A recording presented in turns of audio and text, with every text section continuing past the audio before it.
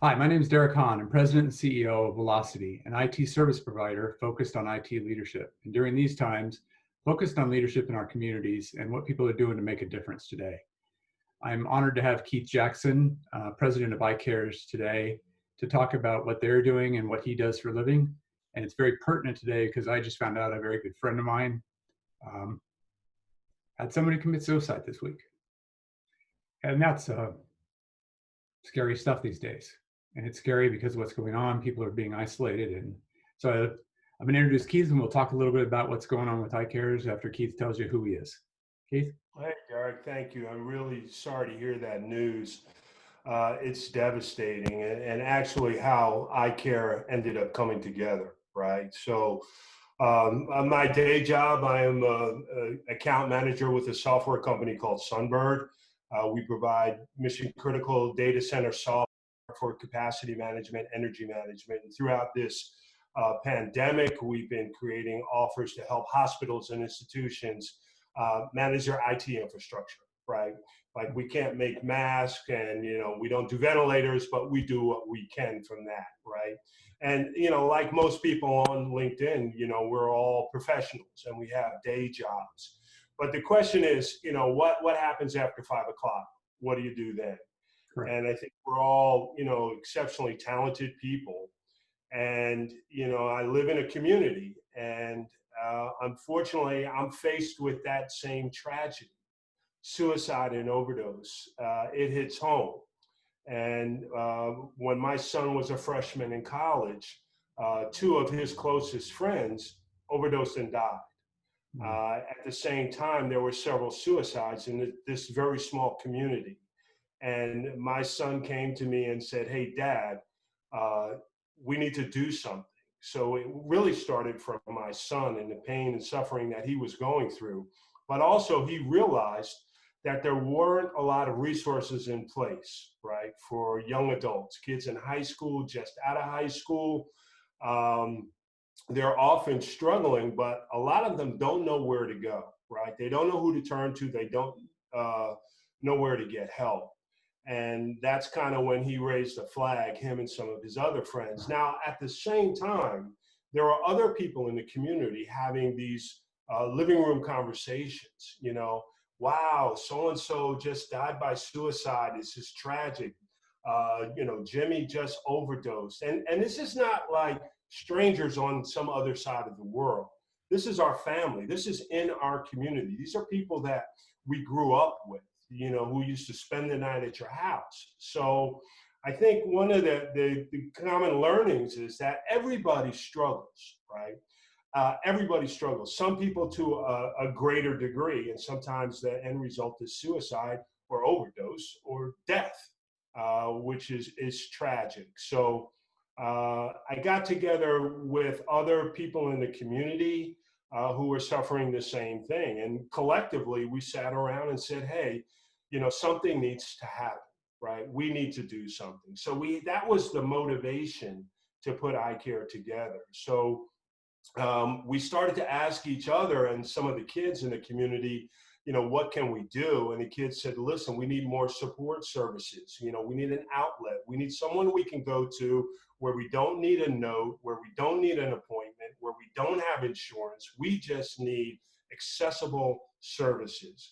And it's not just for addiction. There's so much more on the mental health side. So both things. And often it's the peers who understand first. They see the problems before the parents, the teachers, law enforcement, or anyone else. So they need a resource not only for themselves, but for their peer group.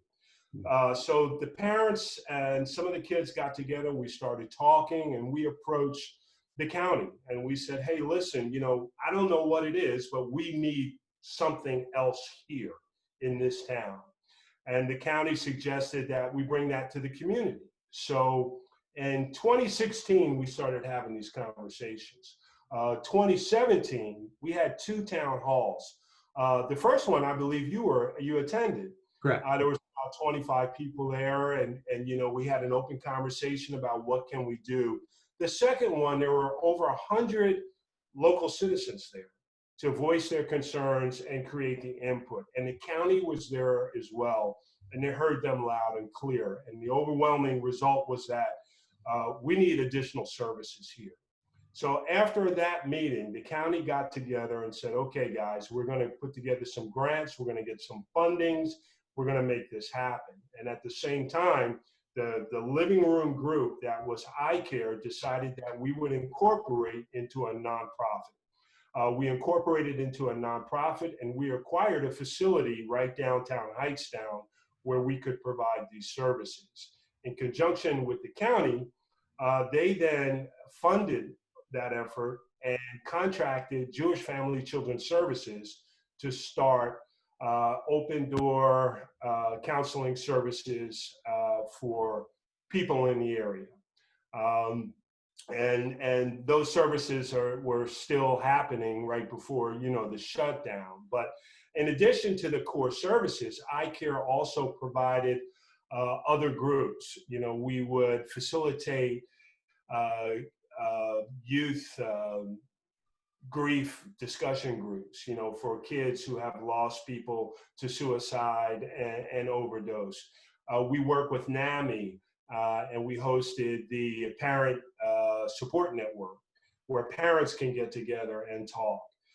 We also hosted and sponsored yoga for kids, to try to create outlets. This year, we're rolling out Impact Theater, where kids who are a little bit more artistic can get together and do live performances in the park to help other kids, sort of identify and work out these problems. And one of the things we're also trying to do is reduce the stigma that's associated with mental illness and drug and alcohol addiction and abuse, because it's the stigma that prevents a lot of people from listening, paying attention, getting involved, and asking for help. And, that's also core to our mission. So in 2018, we got a facility, we're providing those services, any additional services as well. Now, since the beginning of the pandemic, it really hit everybody the same way. One day it's business as usual, the next way we're in a vastly different world. But fortunately, because of technology, we're able to adapt and grow and change with the environment.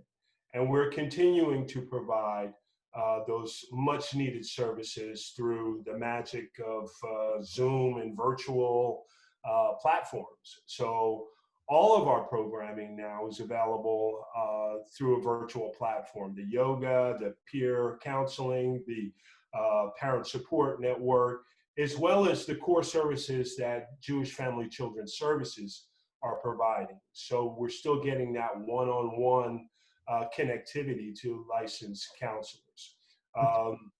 The epidemic, is at first it's horrible. It's overwhelming. We're locked in our house. Everybody's outside wearing masks, and life as we know it has changed dramatically. But me personally, I was like everybody else, like, oh, what's going on? We're all gonna die. And unfortunately, a lot of people have died. But when you're suffering with something like mental illness or even addiction, and now you put isolation on top of it, this can get very, very, very bad very quickly for a lot of people, even people who typically don't suffer with mental health issues or addiction. The liquor stores are apparently an essential service, and they didn't close. But they're opened, and people are suffering. People are suffering who didn't, and they're looking for outlets. And the silver lining is that we can still provide those services. And in some cases, we've actually been able to see more attendance because more people can now access through virtual methods, where we would have a meeting before with maybe 5 or 6 people who were attended. Now we're seeing 10 to 20 attend because it's much easier access. Yeah. So, hopefully, I say hopefully life gets back to normal, but I don't think, I think this is kind of the new normal. Yeah. But it doesn't have to be the end of the world. I think if we work and we look, we can find bright spots here. I mean, I'm communicating with people who I would have never met before. People in London now are part of my circle. We're friends, because of the virtual platforms. So how is, if someone was hurting right now, because in my situation that I mentioned at the beginning, that person was diagnosed with depression and 10 days later is gone. Yeah. How do we get people like that, whose family was aware and family was trying to figure out what to do, to connect with a group like yours? Do they go to your website? Do they call? What's the way to get them connected? Yeah, definitely through our website, right? www.icareofewh.org. If you go to our website, you'll see a lot of different resources and links, ties to other organizations. That's another thing that we're also trying to do. That's why we work with NAMI. We work with Jewish Family Children's Services. We work with Recovery Advocates. We work with Attitudes in Reverse. So these are all like-minded organizations, and everybody's mission is the same. We're here to help. Now, we don't often know which vehicle is going to be best, but we like to present people in need with options. No, really appreciate the time, Keith, and the work you're doing. It means a lot to me, and I'm sure it means a lot to others. So thanks a lot for doing everything you're doing. Darek, I really appreciate the opportunity. And if you know anyone who's struggling, please refer them our way, and hopefully we can help. Awesome. Thanks. Thank you.